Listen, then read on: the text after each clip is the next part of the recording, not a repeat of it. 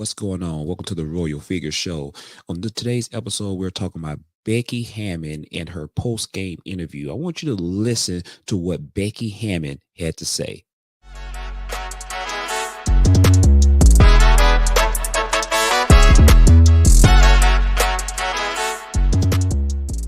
Coming back to the W, I was on a path, very determined on that path, and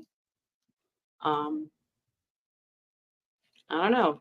Sometimes you just can't never say never because when they brought me in for that night, I didn't know anybody really.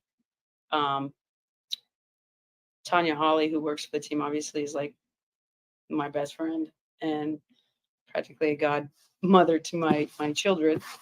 Um, and she was like, "Nikki wants to talk to you," and I was like, "Nikki who?" She was like, "Nikki Fargas," and I was like, "You know what? Like Nikki, I'll take the call." And that's kind of how it started. But what drew me to this team was I just saw like limitless.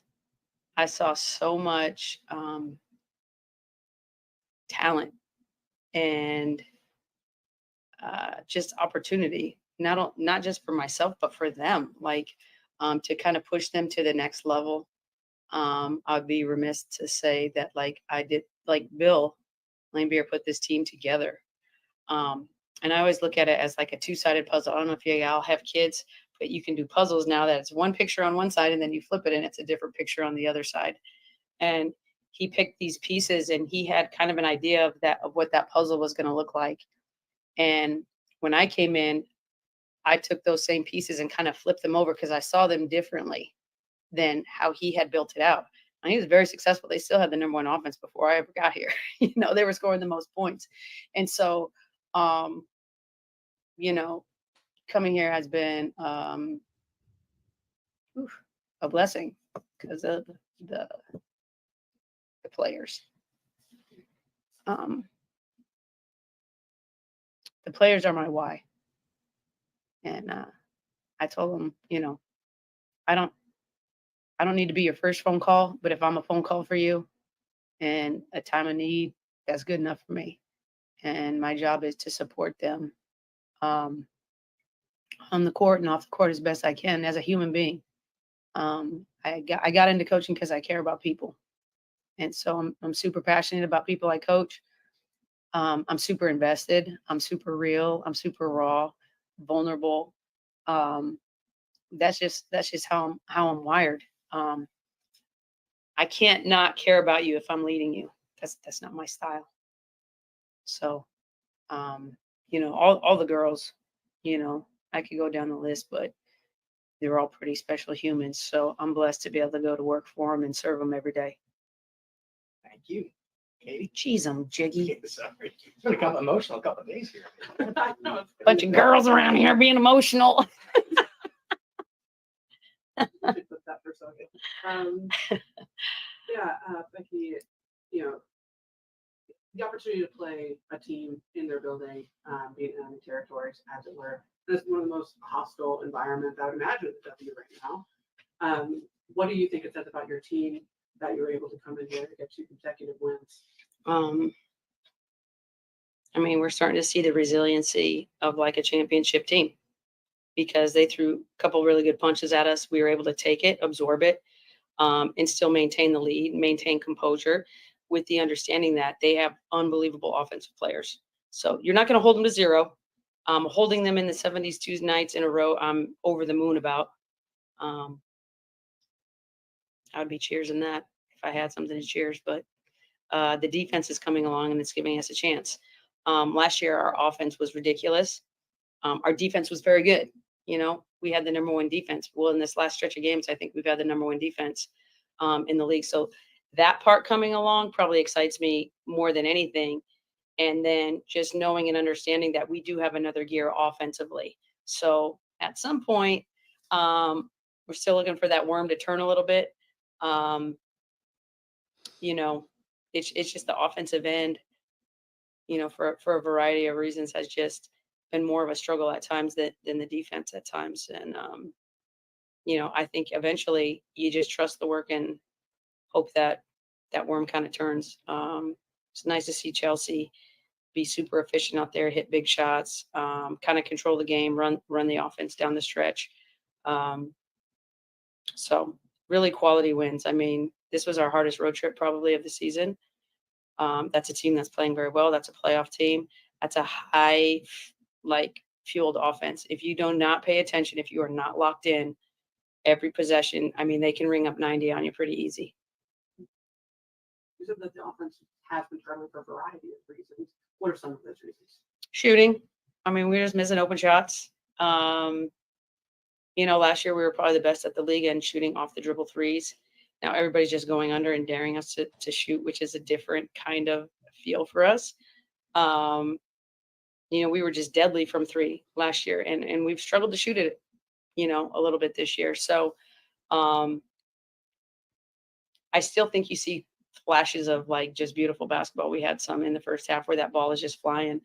And at the end of the day, what I told them, when we are disciplined offensively and that ball moves and the bodies move, you can't have ball movement without bodies moving. You can't pass and stand. You got to pass and cut, pass and screen away. All the basics, right? That you probably learned in Hoosiers, growing up. Pass and cut, pass and screen away, and share the basketball. And we got great looks. So just knocking those good looks down, those great looks down at a higher clip, I think is just around the corner.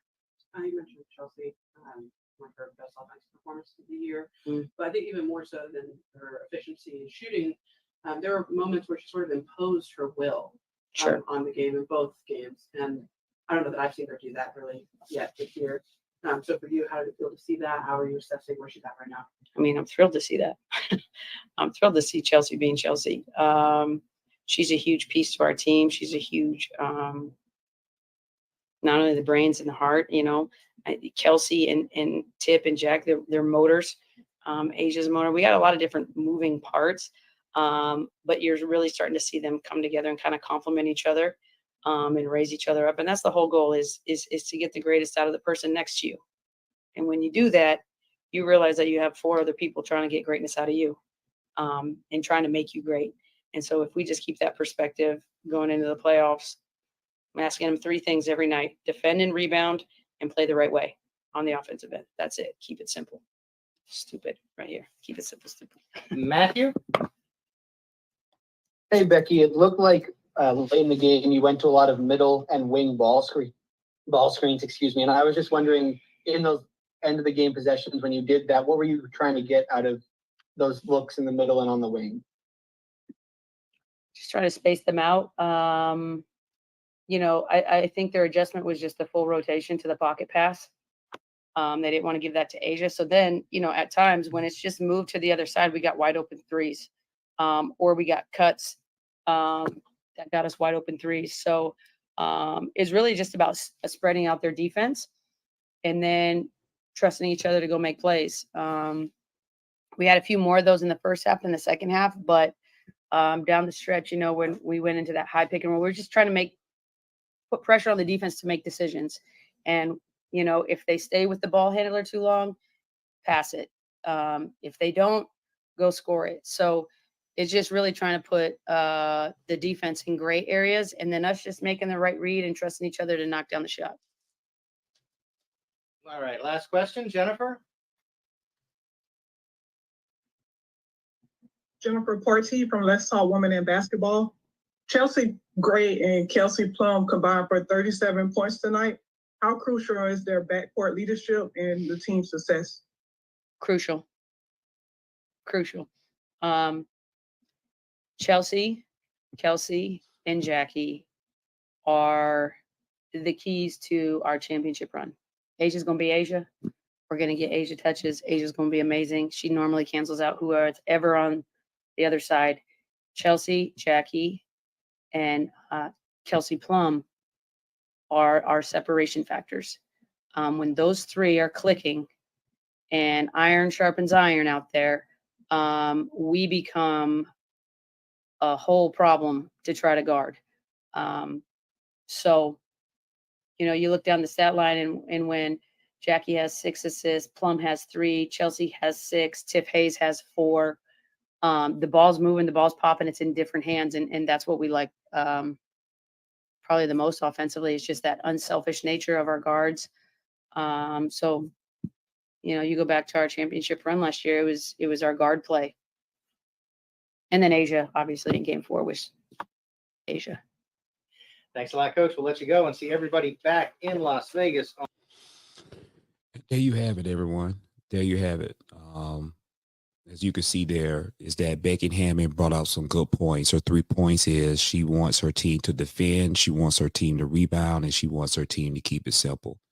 And you heard her, Kelsey Plum, Chelsea Gray, Jackie, they are the key to their championship run. And let me tell you something. They showed the Indiana Fever that they are the team to beat. They have the nucleus to win another championship, and they are focused, determined, and they control that game again against the Indiana Fever from start to finish. However you can look at it, they took Caitlin Clark mentally out the game in the first half. She got on a run in the third quarter, but when they clapped on that defense is something to see. And shout out to Becky Hammon to giving props to Bill Lambier for Bill Lambier creating this team and putting the pieces together for her, which made her job a little bit simpler, but she still had to implement her strategies, her input to get this team to another level. And she has done that by winning multiple championships and on their way to try to win another WNBA championship. Y'all let me know in the comment section, what are your thoughts about Becky Hammon and the Las Vegas Aces winning again against the Indiana Fever? And let me know your thoughts on the situation on her mindset and creating the defense, rebounding, and keeping the offense and keeping the game simple. Hey, this is Royal Figures to you. Shout out to you and stay tuned to the next video.